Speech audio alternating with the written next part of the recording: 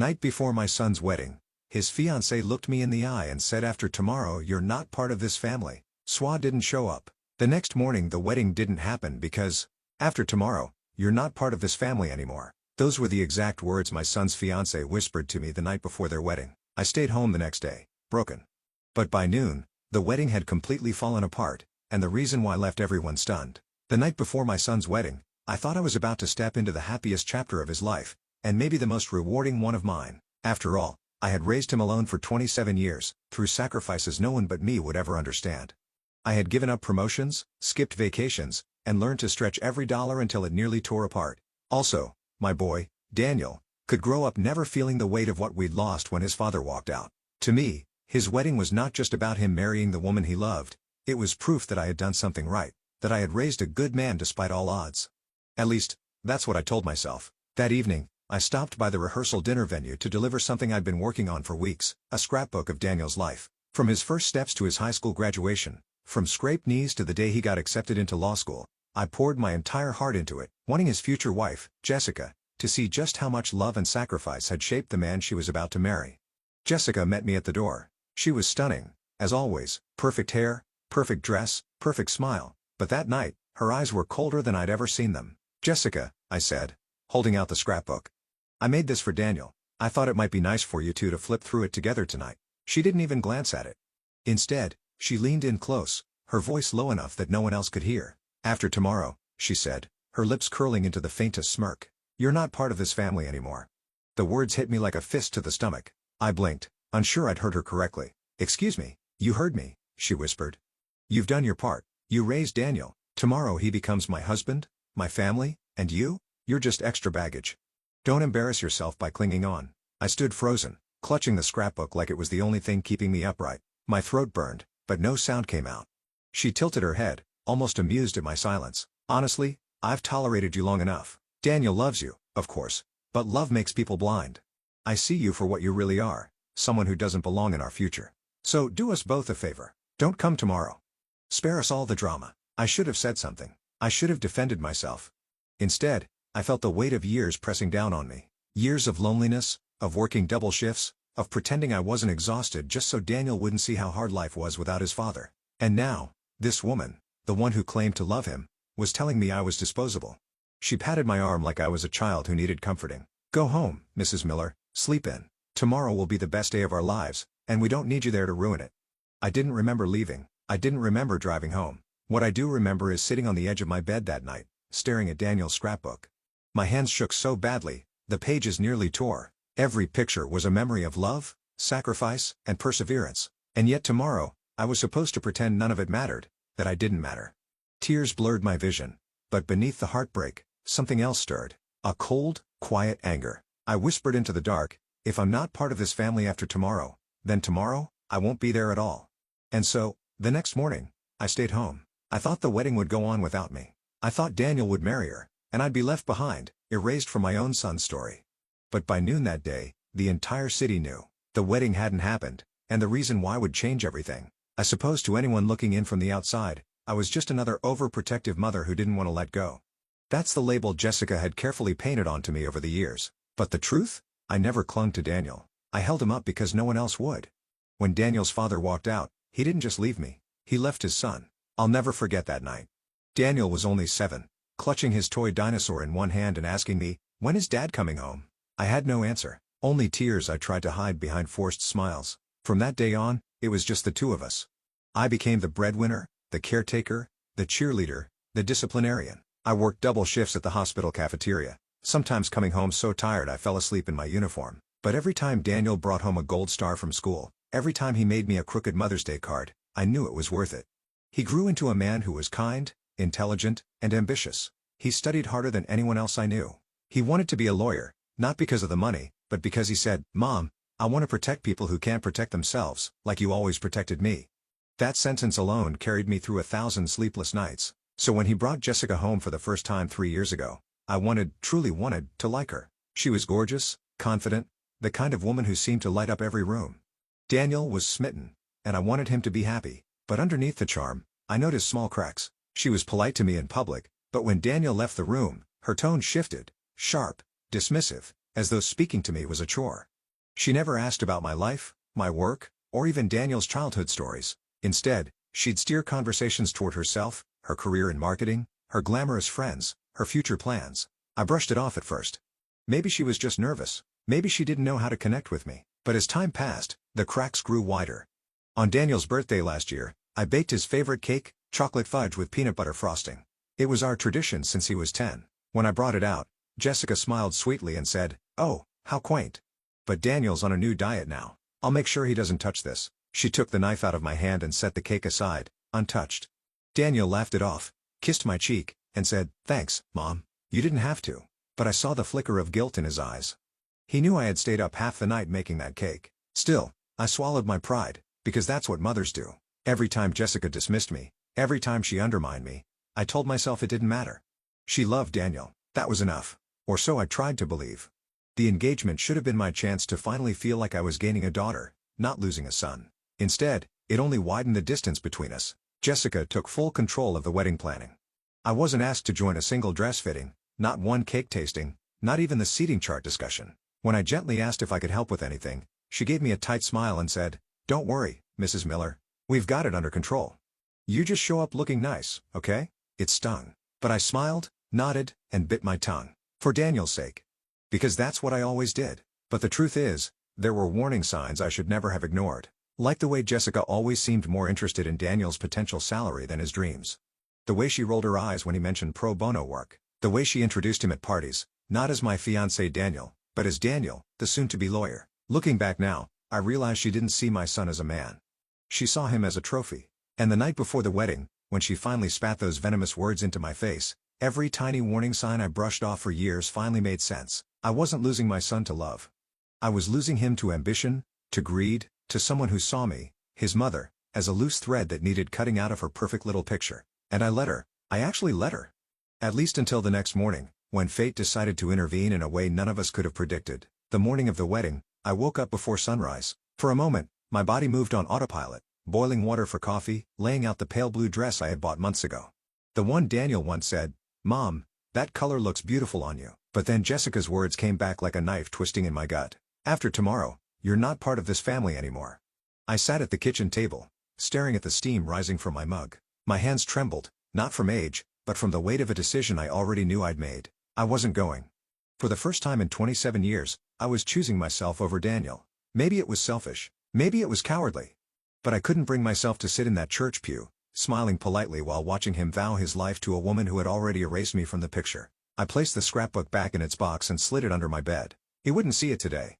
He might never see it. As the morning light spilled into the room, my phone buzzed. Messages from relatives, friends, even Daniel himself. "Mom, we're heading to the venue now. Can't wait to see you. Where are you? Everyone's asking. You're running late, aren't you?" Typical. I turned the phone face down. Somewhere deep inside, a small voice whispered, "You're making a mistake." But louder still was the echo of Jessica's smirk, her dismissive tone, her cruel certainty that I was nothing more than baggage. If that's what she wanted, I'd give it to her. By 9 o'clock, the calls grew more frantic. Daniel left a voicemail, his voice tinged with panic. "Mom, where are you? Jessica says you weren't feeling well last night, but I know that's not true. Please just call me back, please." I pressed the phone to my chest, my heart aching. Every instinct screamed to call him, to rush to the church, to be there for the boy I had raised through every storm. But I couldn't, not this time. At 10, my sister knocked on my door. She lived across town but had driven over in her bridesmaid's dress when she noticed I wasn't at the venue. "Margaret, what on earth are you doing?" she demanded, barging inside. "Everyone's looking for you. The ceremony starts in an hour." I shook my head slowly. "I'm not going." Her jaw dropped. "Not going? Are you insane? Your only son is getting married." I met her gaze, tears brimming in my eyes. "He's marrying someone who told me to my face that I'm not part of his family anymore. She doesn't want me there. So why should I go?" My sister's anger faltered, replaced by disbelief. "Jessica said that? Last night, looked me in the eye and said it." She sank into a chair, speechless. For a long moment, the only sound was the tick of the wall clock. Finally, she whispered, "Oh my God." I nodded. "I won't sit there like a fool pretending I belong." She pressed her hands over her mouth, torn between anger and pity.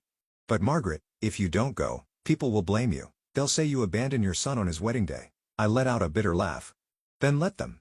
I've been judged my whole life. What's one more?" At 1045, I watched from my front window as neighbors climbed into their cars, dressed in suits and gowns, heading to the church. My own car keys sat untouched on the counter. I didn't move. When the church bells began to ring at 11, I sat in silence, staring at the scrapbook hidden under my bed. That should have been the end of my story. A mother too broken, too humiliated to stand by her son on the most important day of his life. But by noon, the first call came. It was my sister again, her voice shaking. "Margaret," she whispered. "The wedding, it's not happening." My breath caught. "What do you mean it's not happening?" Her words tumbled out, half choked, half disbelieving. "Jessica, oh God, Margaret, you need to hear this. You need to sit down." And in that instant, I realized something I never expected. By not showing up, I hadn't ruined the wedding. Jessica had, and the reason why would rock all of us to the core. When my sister's trembling voice came through the phone, I felt my heart stop. "The wedding isn't happening," she repeated, her words sharp with disbelief. "Jessica's been exposed." I gripped the phone tighter. "Exposed? Exposed how?" "Margaret, it's complicated. But you need to hear this from me before it spreads everywhere. Daniel found out the truth minutes before the ceremony." My knees buckled. I sank onto the couch. "What truth?" she exhaled shakily. "That Jessica's been lying. About everything." Later, when I pieced the story together from frantic phone calls, texts, and news that spread like wildfire among the guests, the events unfolded like something out of a bad soap opera. At 1030, half an hour before the ceremony, Daniel had been waiting nervously in a small side room at the church. His groomsmen tried to calm him down, joking, adjusting his tie, patting him on the back. But then his best man, a childhood friend named Mark, burst in, pale and shaking. "Daniel, you need to see this," Mark said, holding out his phone. On the screen was a series of photos. Jessica, his bride-to-be, wrapped in the arms of another man. The pictures weren't old. They were from 2 weeks ago. Daniel's face drained of color. What is this?" "Her neighbor sent these to me," Mark said, his voice breaking. "He thought you deserved to know before you made the biggest mistake of your life." The man in the photos wasn't a stranger. He was Jessica's boss, the one she gushed about endlessly, claiming he was her mentor. Daniel staggered back, his chest heaving. In that moment, the truth he'd been refusing to see came crashing down. The late nights at the office, the secretive texts, the way Jessica always brushed off his concerns with a laugh and a kiss. It was all true. She had been cheating on him, but it wasn't just the affair. As guests began filing into the church, whispers spread like wildfire. Jessica's maid of honor, drunk on nerves and champagne, had let something slip. Jessica hadn't just been unfaithful, she had also been scheming. Her family had pushed her into the engagement because Daniel was on the cusp of a lucrative law career. To them, marriage wasn't about love. It was a transaction, a merger. The prenup Jessica had insisted on drafting wasn't to protect Daniel. It was designed to funnel his future assets into her control. Her father, a businessman with a trail of bankruptcies, had even bragged to a guest that once Jessica married Daniel, our financial troubles will disappear. By the time Daniel stormed into the bridal suite, he was shaking with rage. Jessica, radiant in her gown, turned with a smile. "Sweetheart, are you ready?" He held up the phone. "What the hell is this?" Her face faltered. For the first time, the mask slipped. "That's not what it looks like," she began. "It's exactly what it looks like," Daniel roared. 2 weeks ago? With your boss?" Her bridesmaids gasped. The room went silent. Jessica's voice turned sharp. "Daniel, listen to me." "No, you listen."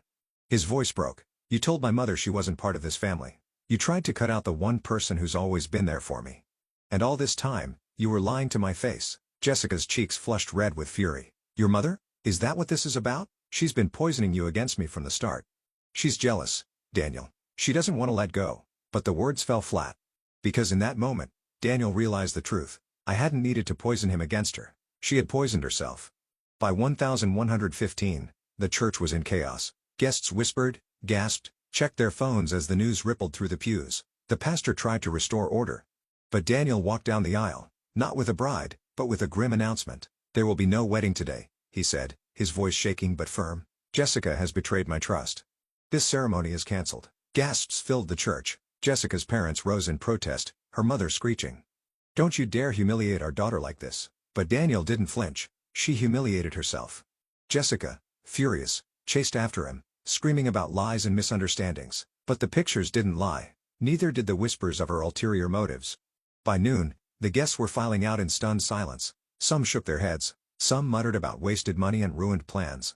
Others whispered sympathy for me, though I hadn't even been there. When my sister finished relaying the story, I sat frozen, the phone pressed to my ear. My heart ached for Daniel, for the heartbreak he didn't deserve. But beneath the sorrow, another feeling bloomed. Vindication. Jessica had told me I wasn't part of the family, and now there was no family for her to claim.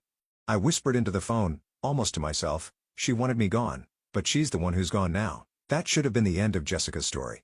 But it wasn't, because when people like her lose everything, they don't go quietly, and I was about to find out just how far she and her family were willing to go to claw back what they thought was theirs. For the rest of that day, my phone didn't stop buzzing. Friends, neighbors, even distant relatives, all calling, texting, sending links to social media posts. The canceled wedding was everywhere. One headline read, "Law student calls off wedding minutes before ceremony after fiancé's secret affair exposed." But another, more venomous post caught my eye. "Mother-in-law sabotages wedding. Tears family apart." My stomach dropped. Jessica's family was already rewriting the story. By evening, whispers had spread that I was the reason the wedding never happened, that I'd fed Daniel lies about Jessica, that I had convinced him not to go through with it. It was absurd. Daniel had seen the photos with his own eyes, but lies travel faster than truth. And Jessica's parents were masters of performance. At one point, Jessica herself even went on social media, posting a photo of her in her ruined wedding dress, mascara streaking her cheeks, with the caption, "Some people just can't let go. Some mothers don't know when to stop." The comments flooded in, strangers offering sympathy, friends demanding to know what kind of mother ruins her son's happiness. I wanted to scream. I wanted to shout the truth from the rooftops. But Daniel begged me not to engage. "Mom, don't stoop to her level. Everyone close to us knows what really happened." But the problem was, not everyone close to us knew. Some believed her. Some questioned me outright. Even people I'd known for years asked, "Margaret, did you really tell Daniel not to marry her?" It cut deeper than I expected. After everything I had sacrificed, after everything Jessica had done, I was still the villain in someone else's story. And then things got worse. 2 days later, I received a letter. A legal letter. Jessica's family was threatening to sue me for defamation, for emotional damages, even for interference with contractual relations. I stared at the paper, my hands trembling. Interference with contractual relations? What did that even mean? I brought it straight to my friend Linda, who worked at a law office downtown. She skimmed it and shook her head. "This is intimidation, Margaret.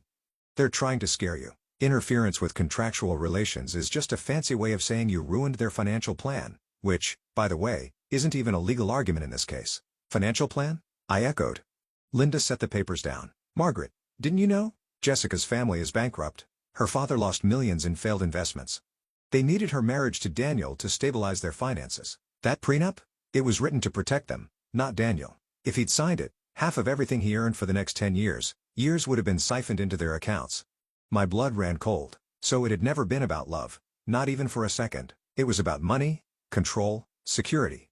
And when I refused to show up to the wedding, Jessica had taken the perfect opportunity to shift the narrative. She couldn't be seen as the greedy, unfaithful fiancé. So she painted me as the bitter, controlling mother. It was brilliant, cruel, but brilliant. For the next week, the harassment didn't stop. Anonymous messages flooded my inbox.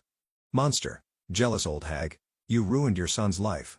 And Jessica's family. They weren't done. One afternoon, I came home to find Daniel sitting on my couch, his face pale, holding a letter of his own.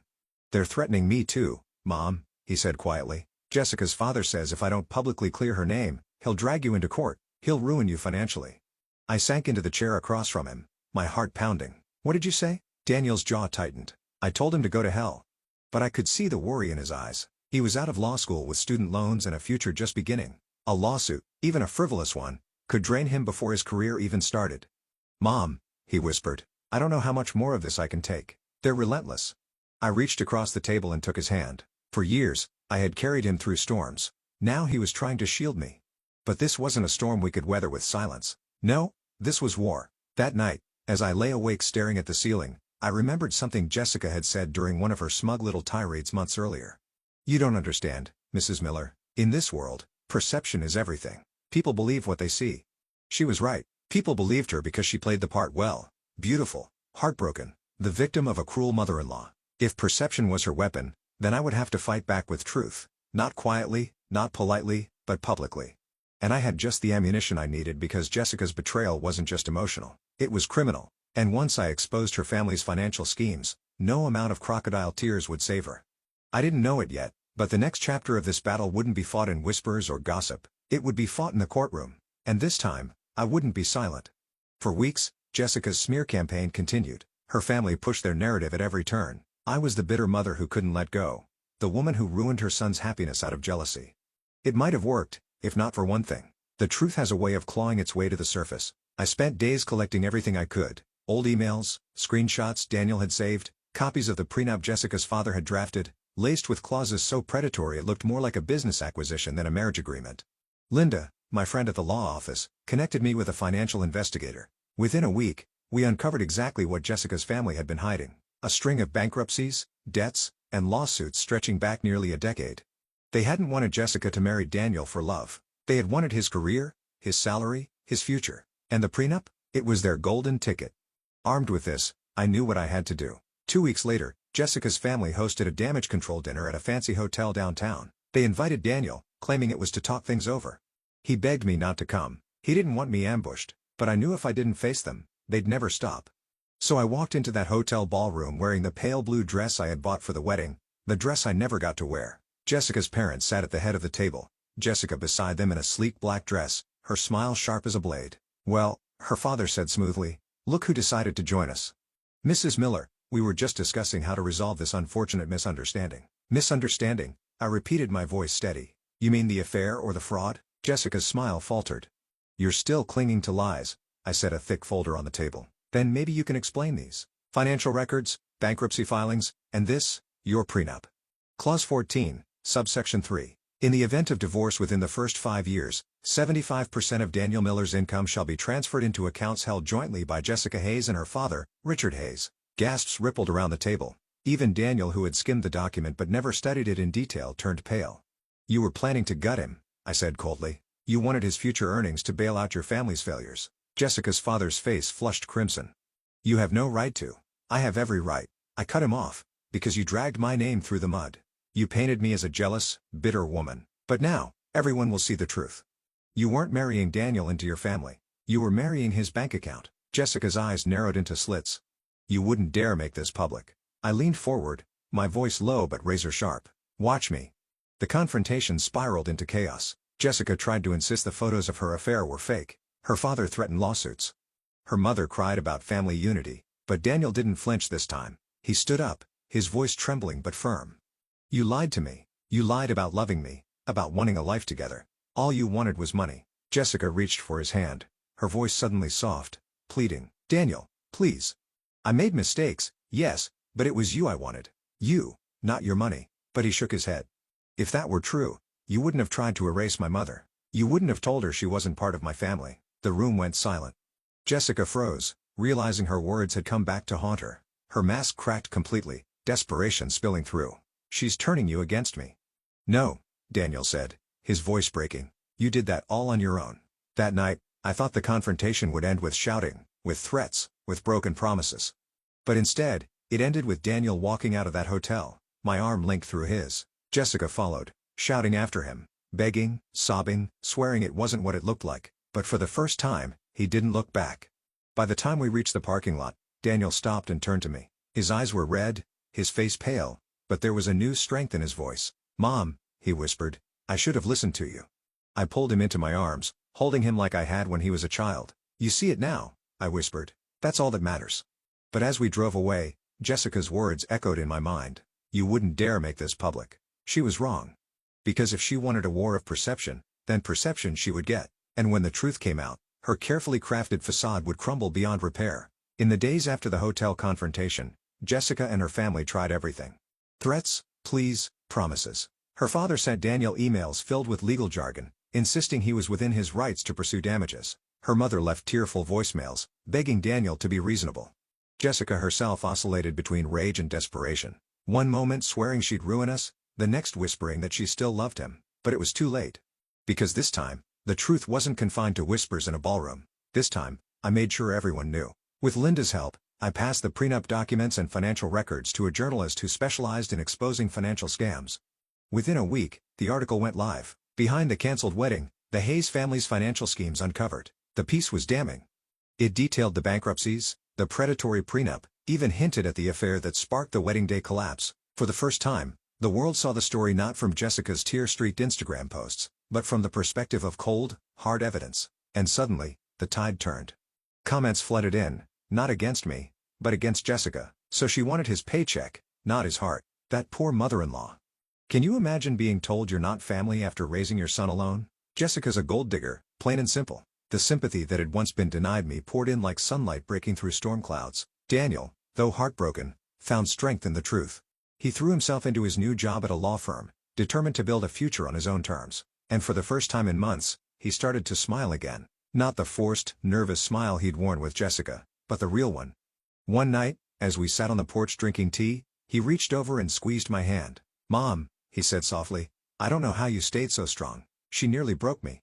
I looked at him, the boy I had raised, now a man forged by fire, because I've been through worse, and because I knew one day you'd see her for who she was. It just took time. His eyes glistened. "You were always my family. Always." I'm sorry it took me so long to realize that tears pricked my eyes, but this time they were tears of relief.